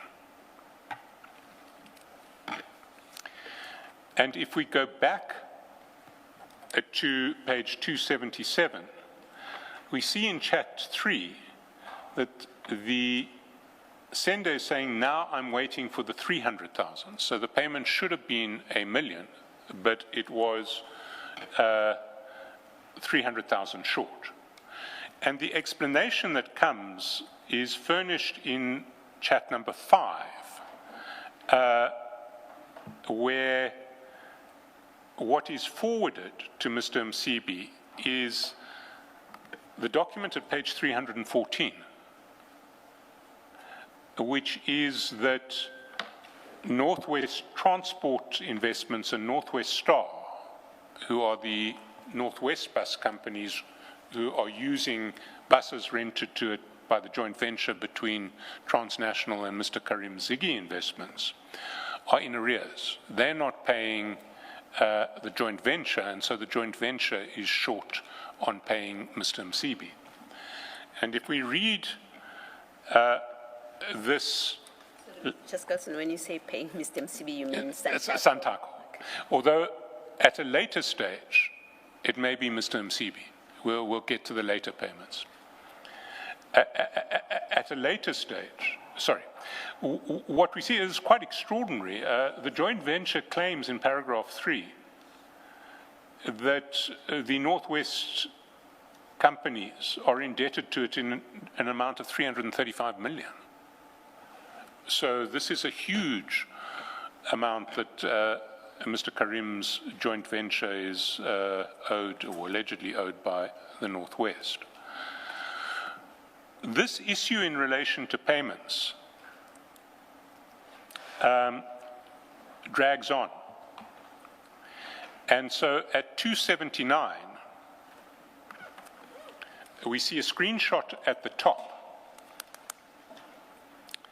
And the screenshot is a chat between the sender, who we have not yet identified, and Mr. Suleiman Paruk, who is saved as Sol Paruk. And there, the account that is given, well, what the screenshot says is, Sol, Msibi accountant is asking whether we paid his money, and now it's the accountant of Mr. Msibi is asking whether we, who is the sender, and Mr. Paruk have paid Mr. Msibi's money, and the address that is given is Tukofan Pty Limited. Sorry, Mr. Chasselson, maybe I missed it. You referred us to the screen grab, but you did not refer us to the pages. Oh, sorry, 316. 316. Oh, thank you, thank you.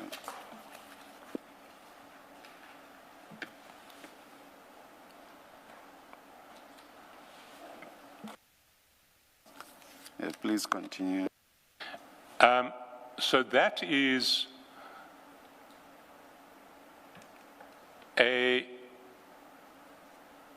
an account is given for Tukofan Pty Limited, who must be paid. If we go to page 352, we see the win deed for Tukofan, and there we see that Tukofan was a company in respect of which Mr. Msibi himself was a director. But he is listed as deceased, and so he's no longer a director. But if we go down to page 353, we see that he was a director until 2024. So at the time of this correspondence, he was a director of Tukofan.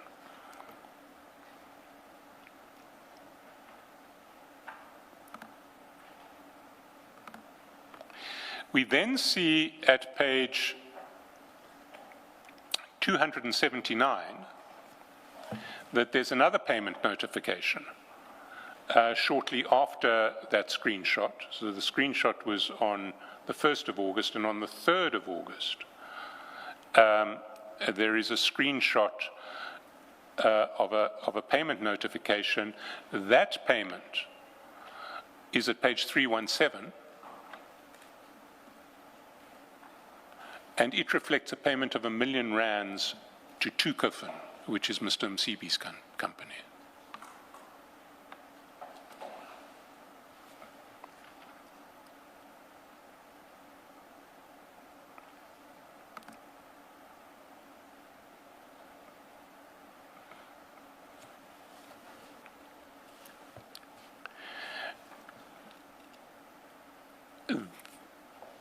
There is then an intersection of these chats with other chats that appear to be with Advocate Makosini Msibi, who was the CEO of the then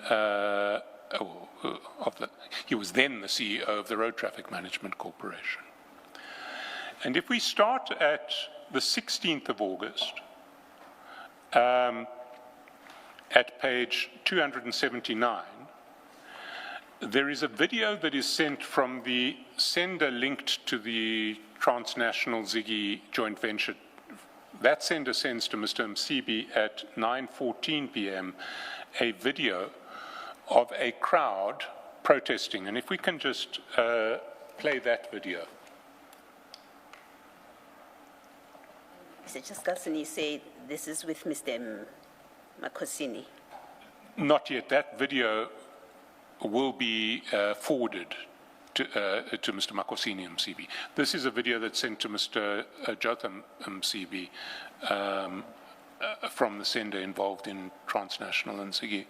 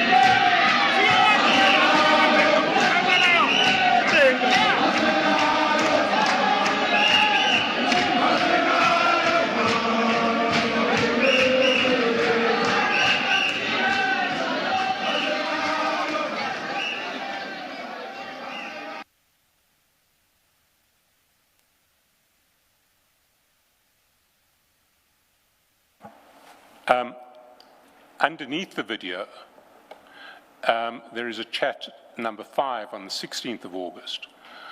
Msobo said, I must phone you and send these videos. Now, if we go over to the chats with Advocate Makosini Nkosi.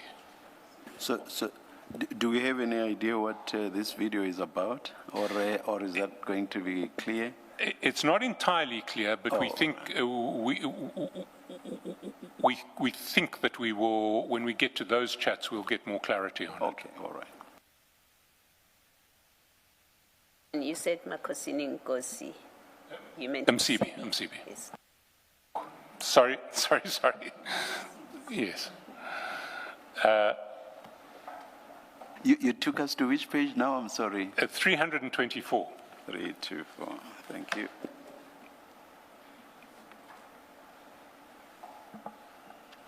And we see that on that same day, the 16th of August, 2022, from chat number 4, or chat number 5, there is a meeting between the two Msibis, Mr. Jotham Msibi and Advocate Makosini Msibi, at a restaurant in Sandton. And 4 days later,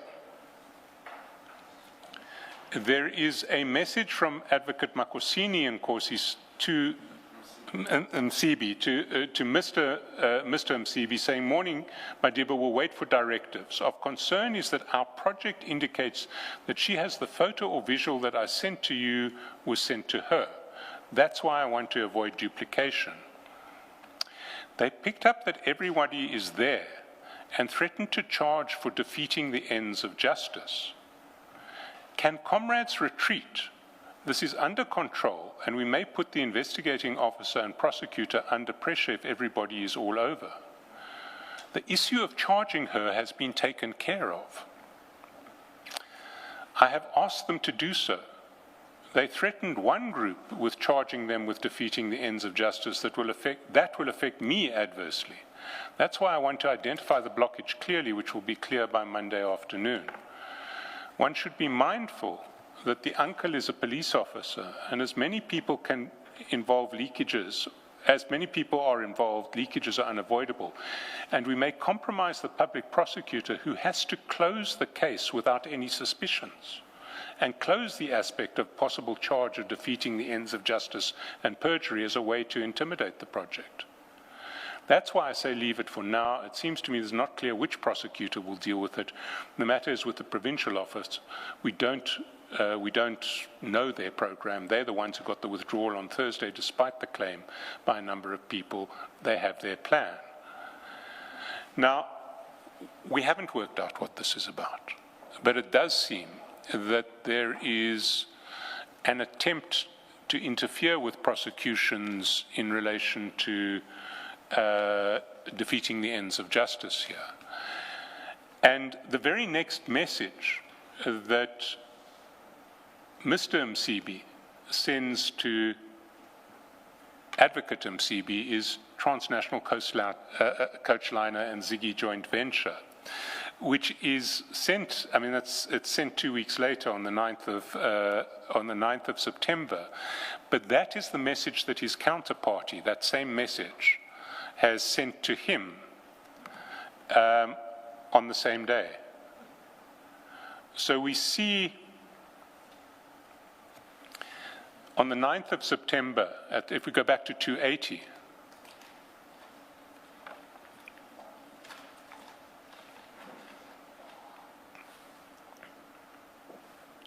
we see at the top of the page the counterparty who's been dealing with the contract, the transport contracts with Mr. Msibi, and who has been forwarding proofs of payment to Mr. Msibi, sends that same one-line message with the misspelt Transnational Coach Lines and Ziggy joint venture on the 9th of September at 4 p.m.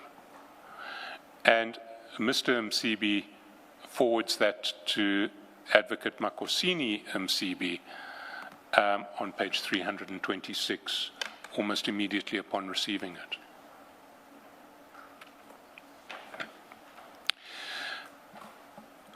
We weren't ready to flight all of these exchanges yet because our investigations haven't actually got to the bottom of it, but there is definitely a connection to this joint venture with Mr. Msibi that we weren't aware of previously, and that prior to Mr. Matlala's arriving yesterday and saying that he saw Mr. Karim at Mr. Msibi's farm, we wouldn't have put the two together but for this connection.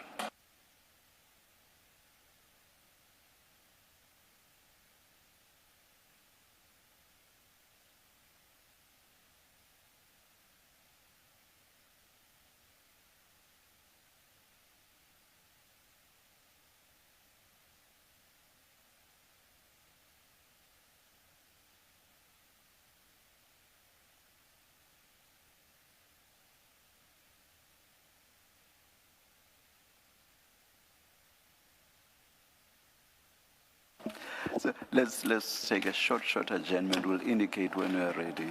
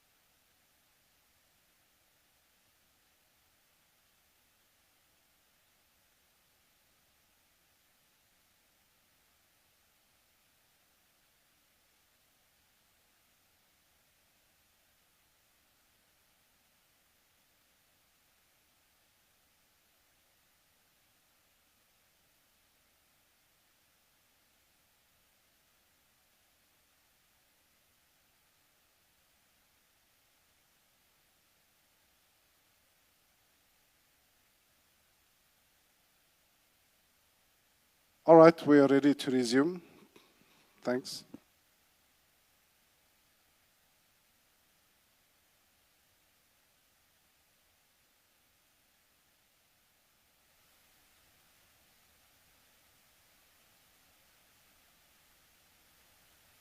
We are ready when you are. Thank you, Chair. We now finally have our redacted annexures ready. We'd already dealt with the contact card. Have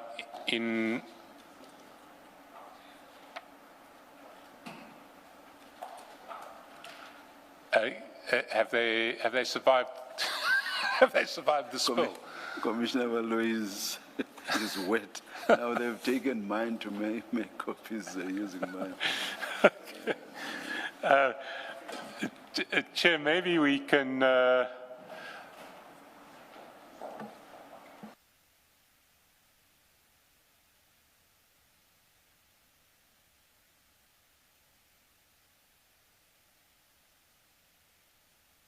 We are ready, thank you. Thank you, Chair. There is, so we've dealt with the contact card. 366 is the wind deed report. And we'll see from 366 that Ms. Umalo is one of the two directors of Camprock. And then from 371, there is a Mail and Guardian report,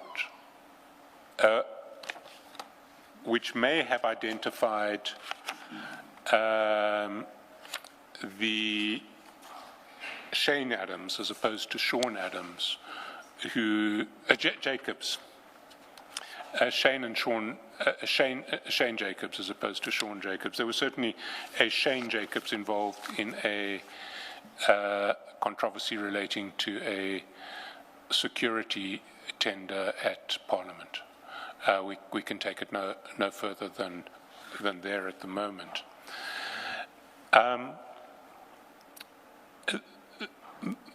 The last issue that we will address is a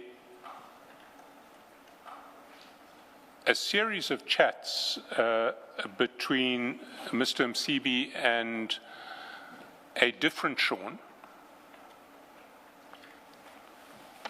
And this is a Sean who was involved in what appears to be a dacha growing project of Mr. Msibi. And those chats start at page 222.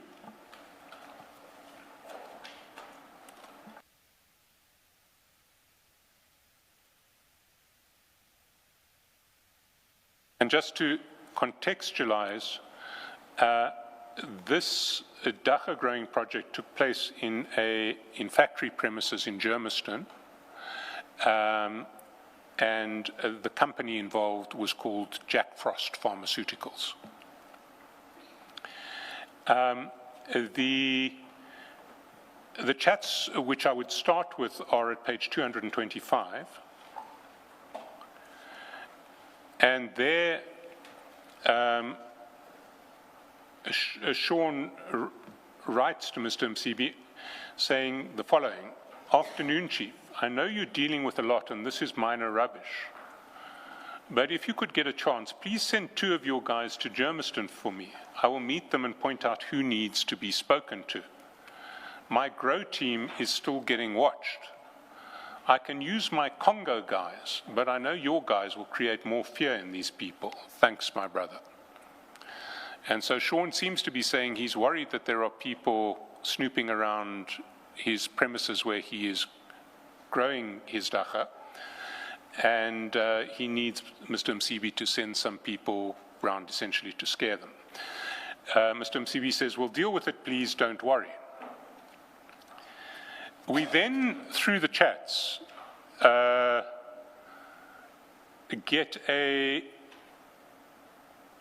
a sort of blow-by-blow account of the growth of the project. And so if we start at foot of 276, we see the beginnings of the growth in that little screenshot at the foot of page 276. The picture itself is at page 257. 267 maybe? You said 276. Sorry. 226.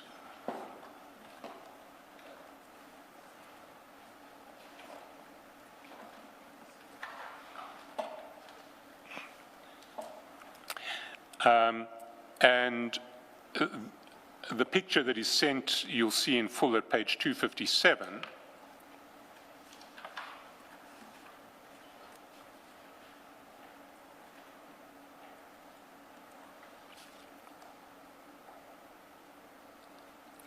And then if we go back to 225 and just scroll down, what is happening is that each week Sean is sending updated photos so that the growth can be seen by Mr. Msibi. And it goes on, and the growth is quite spectacular.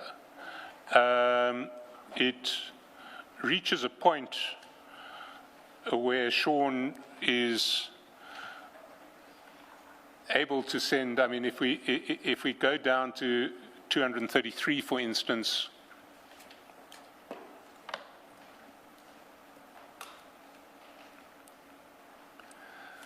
and maybe if we look at the video at the top of page 236, which is 13th of March,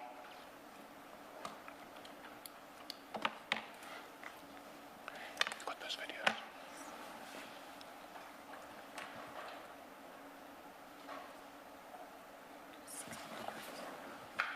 That one first.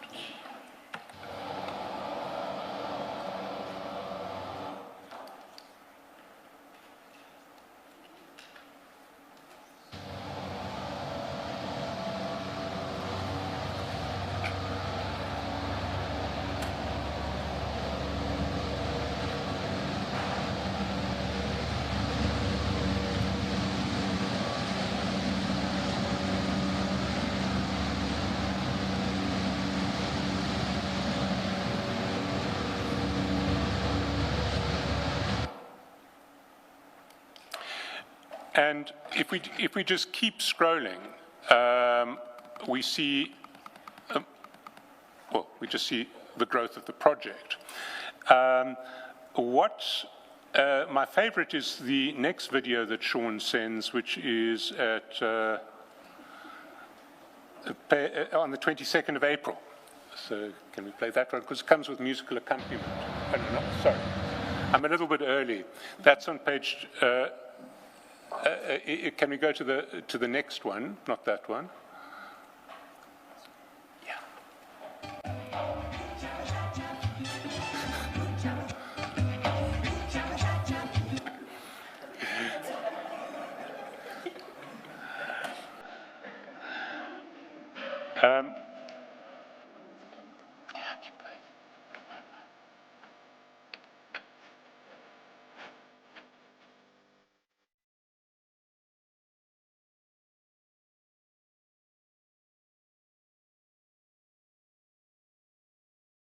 And so we can see. We definitely see why it's your favorite, Mr.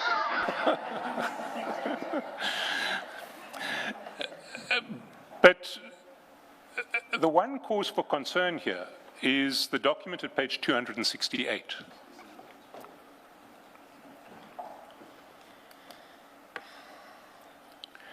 And that is the license given to Jack Frost, and it's issued originally on 19th September 2022. So everything that we've looked at thus far is before this license was in effect. Now, it is possible that there was some other permit in place. We don't see it, and we are investigating whether that was the case.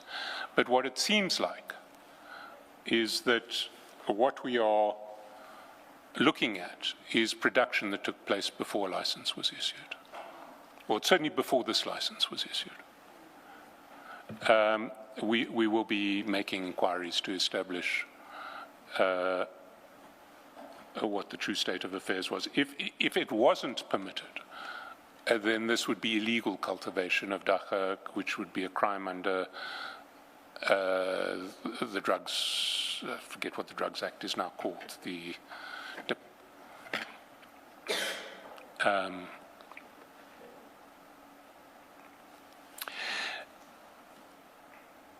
those are the points that we are able to make at this point flowing from these chats. There are a number of issues that we need to follow up and clarify, both from what I've ventilated today and in relation to some material that I haven't ventilated today. We will do so as soon as we can, and if it's necessary to come back to any of these chats, we will do that. I apologize for the slightly haphazard nature of this presentation. It was sprung on us in quite short notice. It actually flowed well, Mr. Shaskelson, and whatever misgivings you have are quite understandable under the circumstances, because this was last minute and not originally scheduled. It's understandable. Just one last thing, Mr. Shaskelson, on this last installment, these plans, the picture that you are presenting, or that it looks like, is that Mr. Msibi with others, Jotham Msibi with others, it appears they were involved in the production, unlawful production of dagga. I've been told it's not called dagga. Whenever I've used that word, I've been told it's weed. That they were involved in the production of this unlawfully. That's the picture that he Well, I don't want to say that categorically now, because there are. I have looked at the legislation, and it seems quite clear to me that one needs, this license purports to have been granted under, or not purports, has on its face been granted under section 22(1)(c) of the, 22(c)(1) of the